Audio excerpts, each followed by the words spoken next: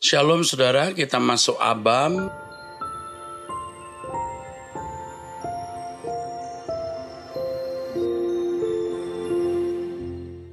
Sekarang kita lihat wanita usia 32 tahun 0852 3159.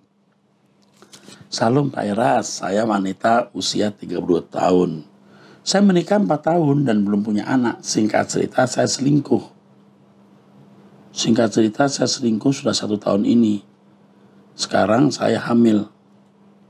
Saya menyesal sekali Pak. Saya minta putus hubungan, tapi dia nggak mau.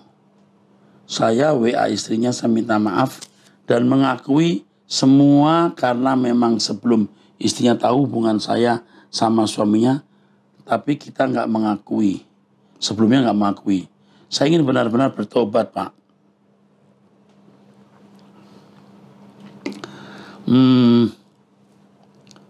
Yang ingin saya tanyakan, apakah saya harus mengakui ke suami saya masalah anak yang saya kandung ini? Saya sangat khawatir dengan anak ini Pak.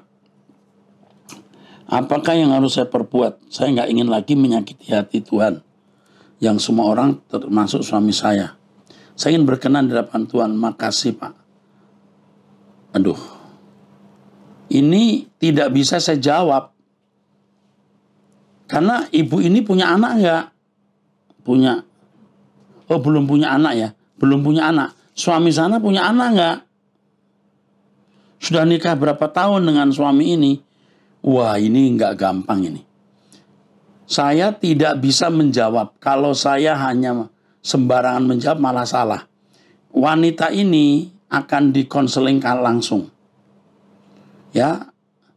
Tolong nanti akan di SMS oleh staf saya bahwa akan ada seorang konselor senior yang penting ini untuk mendampingi dia. Ini masalah berat nih. Buset. Dia hamil dari laki-laki yang sudah punya istri, sementara dia punya suami. Waduh. Ini kalau mengaku, suami berkata, ya udah nggak apa-apa lah. Daripada kita nggak punya anak, kita ambil saja. Bisa. Atau digebukin. Bisa. Saya khawatir waktu dia jujur tanpa orang lain bisa dibunuh oleh suami. Lalu watak suami, karakter suami bagaimana ini? Kalau suami berangasan main bacok kan bisa bahaya. Perlu nggak didampingi waktu dia jujur? Oke, kami akan dampingi. Sedih jadinya saya dengar begini. Aduh sedih, Tuhan tolong. 0878 3980 dan seterusnya, wanita usia 43 tahun. Sebelumnya saya berterima kasih kepada Tuhan juga kepada Bapak yang telah mengajarkan kebenaran Injil. Banyak cerita sebenarnya yang ingin saya ceritakan, tapi sejauh ini perjalanan hidup saya terus berjuang untuk menyenangkan hati Bapak. Oh, panjang banget. Ini panjang sekali ya. Rasanya sedih sekali saya melihat papa saya bagaimana dan apa yang harus saya lakukan. Bulan Januari lalu mama sudah berpulang karena COVID. Mama tertular oleh tetangga karena menjenguk tetangga. Ternyata tetangga mama kena COVID. Dan menulari papa dan mama, menulari saya. Puji Tuhan suami dan anak-anak saya tidak tertular waktu saya kena COVID. Padahal saya tahunya setelah mama berobat dan di swab. Ini sudah 7 bulan kepergian mama. Saya menangisi papa saya. Pak, karena papa punya kebiasaan nonton film yang nggak benar, film porno. Yang saya takutkan papa mau menikah lagi karena papa sudah tua untuk menikah. Usianya sudah berapa ini? 69 ya, mau 70. Papa saya punya kebiasaan selingkuh dan suka nonton film porno. Bahkan minta dibikin Facebook mau nyari cewek-cewek. Laki-laki saya diam Pak. Walau hati saya nyesek. Setelah Papa pulang, saya mau nangis dan ini saya memberanikan diri cerita kepada Pak Eras. Pak, walau saya nyesek. Setelah Papa pulang, ini pulang kemana ini? Masih hidup papanya ya? Ya, sebenarnya sudah beberapa kali saya bertanya sama Pak Eras, tapi nggak jadi. Hati saya bilang, kamu punya Tuhan, kenapa tidak ceritakan saja kepada Tuhan langsung, karena Dia yang tahu keadaan kamu. Tapi hari ini saya sedih sekali walaupun ada perasaan senang dan berterima kasih kepada Tuhan. Papa Sabtu besok mau ikut dengar khotbah Pak Eras berkemas-kemas. Tapi yang saya takutkan, Papa nekat menikah lagi, karena sebulan yang lalu Papa cerita ada temannya yang mau kenalkan seorang wanita. Saya sedih sekali. Saya hanya minta kepada Bapak di surga setiap kali, saya minta kepada Bapak setiap kali berdoa agar bisa membawa orang yang saya sayangi ke LP3, Bapak di surga ya. Saya ingat Pak Eras bilang, kalau ingin melindungi orang-orang yang kita sayangi, kita harus menjadi kasih Tuhan. Saya mau melakukan itu, Pak. Saya berdoa pagi bersama Bapak setiap hari. Saya berdoa seperti yang Bapak suruh kepada saya, bahwa saya masih kurang apa di dalam hidup saya ini. Saya minta Bapak tunjukkan apa yang harus dibereskan. Sampai saya bermimpi, dan mimpi itu sebelum Mama meninggal, Pak. Di dalam mimpi itu ada saya, suami, dan Mama. Kami diundang sebuah pesta. Suami saya nggak mau ikut, tapi seperti biasa kalau saya pergi pasti dia ikut. Jadi saya sama Mama kita cari baju di lemari untuk persiapan pesta itu. Saya lihat Mama sudah menemukan bajunya dan duduk-duduk santai. Saya masih mencari, belum dapat. Sampai saya lihat ada satu baju warna biru yang saya ambil di lemari.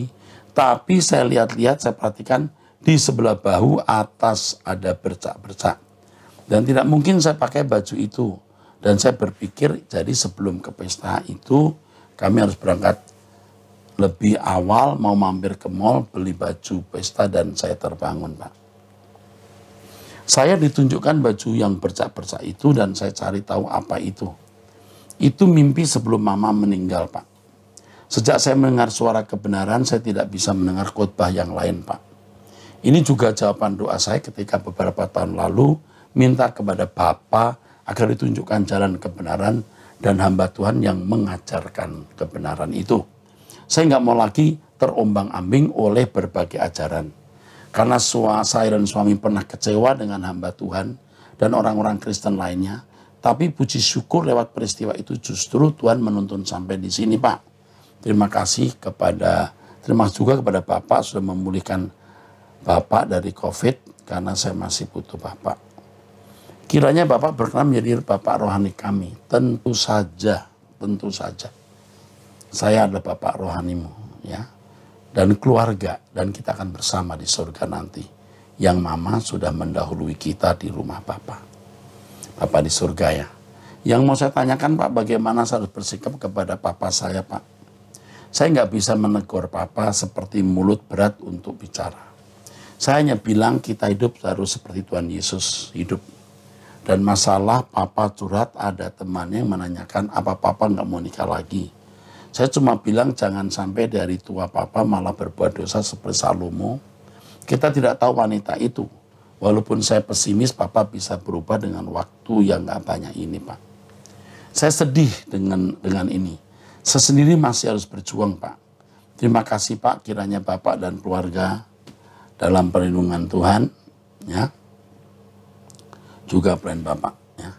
Ini nanti diberitahu kapan keluar ininya, ya.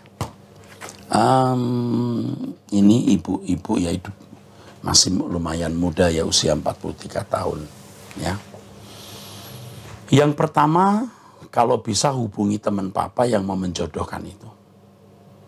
Beritahu, Om atau Pak, tolong jangan jodohkan Papa saya ke wanita. Nanti Tuhan beri hikmat kepada kamu untuk bicara bagaimana. Ya, nanti Tuhan pimpin. Pokoknya hubungi dulu itu teman Papa yang mau mencarikan jodoh. Hubungi dan tolong Om jangan, Papa sudah tua. Biar Papa persiapan untuk ke langit baru bumi baru. Syukur dia orang Kristen supaya ngerti. Senangnya nggak seberapa. Tapi Papa yang suka nonton film porno ini sebenarnya merusak moralitas. Akan memancing nafsu. Ya, bahaya. Yang pertama tadi ya, hubungi orang yang mau menjodohkan. Yang kedua, film porno ini bahaya. Saya kira Anda harus berani berkata, Papa kalau nggak nonton film itu bagaimana ya Pap? Saya dengar dari Pak Eras atau pendeta, jangan sebut nama saya boleh, bahwa film-film itu merangsang. Lalu menuntut nafsu kita untuk dipuaskan. Akhirnya orang bisa melakukan hal-hal yang tidak pantas. Paling tidak melakukan masturbasi atau onani. Dan itu juga salah. Ya, seharusnya tidak nonton film porno. Yang ketiga, jangan banyak bicara kepada papa. Tapi yang penting sampaikan, nonton film porno tidak boleh. Dan jika ada kesempatan, jangan takut menyampaikan, papa adalah lebih baik papa tidak menikah supaya papa nanti tidak tambah pikiran. 3 hal itu. Dan yang terakhir, ini tindakan. Sayangi papa, dekati papa, isi hidup papa, biar dia sering bertemu dengan anak-anak dan cucu-cucunya. Arahkan ke sana. Ya, bawa papa mendengar suara kebenaran, lalu tidak bicara langsung kepada masalah, atau kalau belum bisa bicara kepada papa masalah film, porno dan lain-lain itu, bicara mengenai kehidupan, kekekalan. Itu nanti papa akan tahu sendiri maksud kamu itu. Ya, lakukan itu Bu. Dekati papa, isi hidupnya dengan kehadiran kamu dan anak-anak, menantu, cucu-cucu, hadirkan dalam hidup papa. Rebut hatinya dari kebiasaan yang salah atau perhatiannya kepada yang keliru. Tadi kamu katakan karena mendengar suara kebenaran, kalau kita mengasihi Tuhan, orang yang kita kasih juga dikasih Tuhan. Apalagi itu papa kamu. Tuhan akan mengasihi papamu. Berjuanglah terus. Ya. Lalu mengenai mimpi kamu, saya kok punya pemikiran, bukan tidak mungkin mama kamu sudah ada bersama dengan Tuhan. Dia sudah punya pakaian pesta. Tapi kamu masih ada bercak-bercak. Harus menyelesaikan yang belum beres dalam hidupmu sendiri. Ya, selamat berjuang. Oke. Dari 0887 1033 dan seterusnya. Salam Omera, saya seorang ibu usia 35 tahun.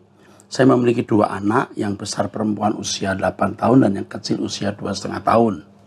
Suami saya seorang pelayan Tuhan di gereja sudah puluhan tahun. Pelayanan mimbar, memiliki perangai yang kasar, arogan dan tidak bertanggung jawab secara ekonomi untuk keluarga. Dan parahnya lagi ternyata dia juga ketahuan berselingkuh dengan sesama rekan pelayanannya di gereja. Singkatnya, saya dan anak-anak saya diusirnya dari rumah kontrakan kami karena dia tidak terima perselingkuhannya terungkap. Sekarang saya dan anak-anak numpang di rumah saudara. Sebagai informasi, anak perempuan pertama saya yang usia 8 tahun menjadi saksi utama yang membongkar perselingkuhan papanya pertama kali. Sekarang anak saya mengalami trauma yang berat akan masalah yang menimpa kami. Anak saya tidak terima kami diusir dari rumah padahal papanya yang salah. Papanya pun sampai detik ini tidak menunjukkan rasa bersalah sama sekali. Saking traumanya, anak saya sampai sakit lambung akut bulan-bulanan. Tidak ada hari tanpa sakit perut sampai badannya kurus turun bobotnya. Padahal dia masih usia pertumbuhan. Dia juga sering murung, tidak konsen belajar, dan kalau tidur sering menggigaukan nama papanya dan nama perempuan yang jadi selingkuhan papanya. Sedih sekali saya melihat kondisi anak saya. Yang saya mau tanyakan, bagaimana cara saya menghilangkan trauma anak saya dan membalut luka hatinya. Sedangkan hati saya sendiri sebagai istri juga masih sangat terluka dan merasa terbuang. Terima kasih Om. Ini masalah yang tidak bisa saya jawab dalam 1 kalimat, 2 kalimat, 3 kalimat, bahkan 10 kalimat. Ibu perlu pendampingan. Ya, kami akan mendampingi ibu. Tapi yang pertama, ibu tidak boleh menunjukkan kemarahan, kegusaran, kepahitan, kegalauan, atau perasaan negatif lain kepada anak-anak. Sikap ibu yang tenang, teduh dalam sukacita di dalam Tuhan membuat anak-anak bisa terobati. Lalu arahkan anak-anak kepada satu kesibukan yang bisa melupakan papanya. Ya, jangan sebut-sebut nama papa, apalagi perselingkuhan atau selingkuhannya. Seakan-akan tidak pernah terjadi hal itu. Ya, jadi ibu harus menunjukkan ketabahan, kekokohan, supaya anak ibu bisa terobati. Ini paling utama. Yang berikutnya tentu berdoa dan harus ada pendampingan. Dan nanti ada pendamping yang akan mendampingi ibu. Kami ikut berduka cita dan sepenanggungan dengan persoalan ibu. Ini sangat menyakitkan ya. Apalagi suami ibu seorang pelayan Tuhan, pelayan mimbar. Ini bukan kejahatan ya, tapi ini sangat ya, kedurhakaan di hadapan Allah. Jadi lebih dari sekedar jahat, tapi durhaka atau sangat jahat. Ini mengerikan ya. Kalau dia tidak bertobat, wah mengerikan. Saya bukan mau menyumpahi dia, tapi ini jahat sekali. Ya, seandainya dia ketahuan lalu minta maaf bertobat, bisa saja jadi pendeta yang lebih baik dari orang yang atau pendeta yang belum pernah berbuat dosa. Dia bisa lebih baik dari pendeta yang tidak pernah selingkuh. Bisa, kalau dia bertobat, dia bisa lebih suci. Tapi kalau dia tidak mau bertobat, dia lebih jahat. Dan makin jahat. Oke Bu, Ibu perlu pendampingan. Salam Pak Era, saya lahir di keluarga Batak yang dimana didik dengan keras sejak kecil. Saya punya mama dan papa umur 52 tahun. Papa saya ini orangnya keras dan hidupnya hanya mau terlihat hebat, mewah. Padahal hidup kami saja juga sudah susah Pak. Waktu kelas 5 SD, ya, keluarga saya di ujung tanduk. Papa saya selingkuh waktu mama saya habis melahirkan adik saya perempuan kecil. Adik saya tidak diakui dan mama saya dibilang selama 4 tahun menelantarkan anak-anak, padahal mama saya selama ini bekerja keras sebagai petani karena papa saya tidak pernah mengirimkan uang bulanan ke mama saya. Papa saya juga orangnya sangat kasar dalam berbicara dan suka main pukul.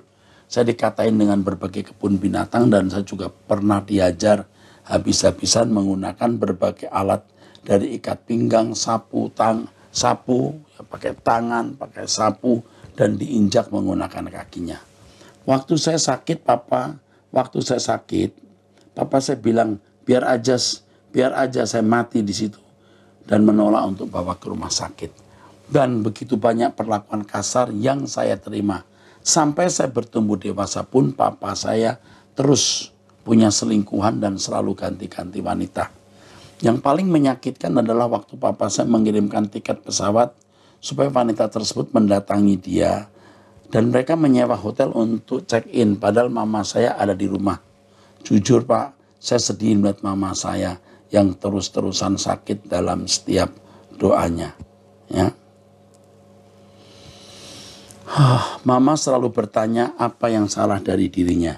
Saya selalu bilang bahwa itu penyakit papa yaitu berselingkuh dan itu tidak akan berubah. Mama saya selalu mengharapkan supaya papa saya setidaknya memberikan sedikit cintanya. Tapi papa saya selalu berselingkuh. Waktu saya kelas 2 SMA juga saya mengalami pelecehan seksual oleh adik saya laki-laki ketika saya tidur dalam kamar dengan posisi pintu yang tidak terkunci, badan saya dilecehkan. Dan itu membuat saya benar-benar kecewa terhadap pria. Tunggu sebentar, waktu saya kelas 2 SMA juga mengalami pelecehan seksual oleh adik saya laki-laki. Adiknya sendiri ya. Aduh. Saya mengalami goncangan dan ketidakpercayaan terhadap pria. Setiap malam saya menangis dan tidak percaya diri terhadap diri saya. Karena pria yang harusnya menjadi cinta pertama saya itu papa saya dan adik saya melukai saya. Akibat hal itu saya mengalami gangguan kesehatan mental. Diam-diam saya ke psikiater untuk berobat dan saya didiagnosis depressive disorder dan anxiety. Dan beberapa kali trying suicide. Dan itu sudah berjalan 5 tahun. Setiap ada yang mencoba masuk kamar, saya panik, gemetar, keringat dingin. Saya mencoba untuk memaafkan Pak, tapi semua masa lalu itu terputar dengan sendirinya di kepala saya. Dari saya dicerca dengan kata makian, pukulan, bahkan pelecehan. Mama saya pernah bertanya, Pak, apakah lebih baik mama saya pisah saja? Tidak. Jujur Pak, saya sangat sayang sekali mama. Sayang sekali mama saya. Perjuangan dia sebagai ibu saya dan mengurus anak-anaknya sangat luar biasa. Tolong bantu saya Pak, bagaimana harus menyikapi hal ini, bagaimana melawan mental illness saya. Ini harus dilayani secara pribadi ya. Ini sudah pasti akan dilayani oleh konselor kami, pasti. Saya terbeban ya, saya susah ya. Saya susah ya, mendengar hal ini saya susah. Aduh nggak kebayang kalau itu anak kita sendiri ya.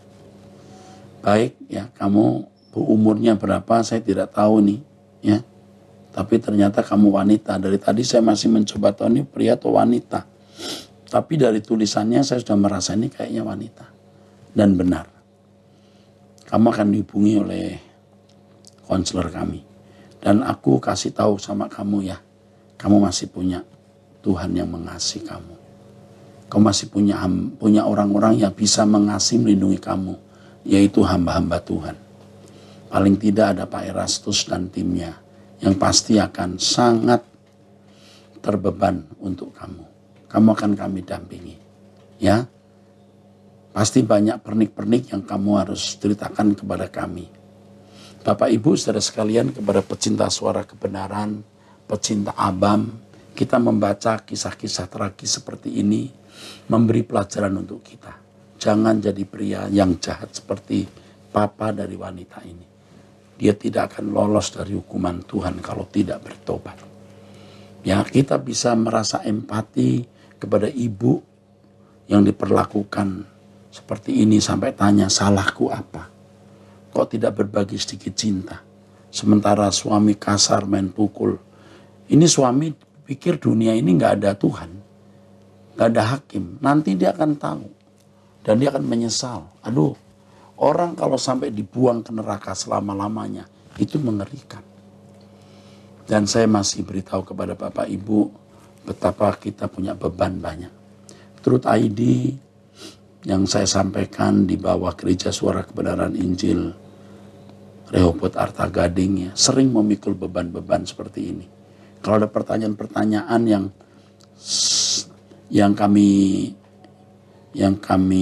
menurut pertimbangan kami tidak perlu kami baca, banyak yang tidak kami baca, langsung ditanggulangi atau ditangani. Disitulah kesempatan kita menolong orang. Bukan hanya menjawab pertanyaan, juga menjawab yang lain.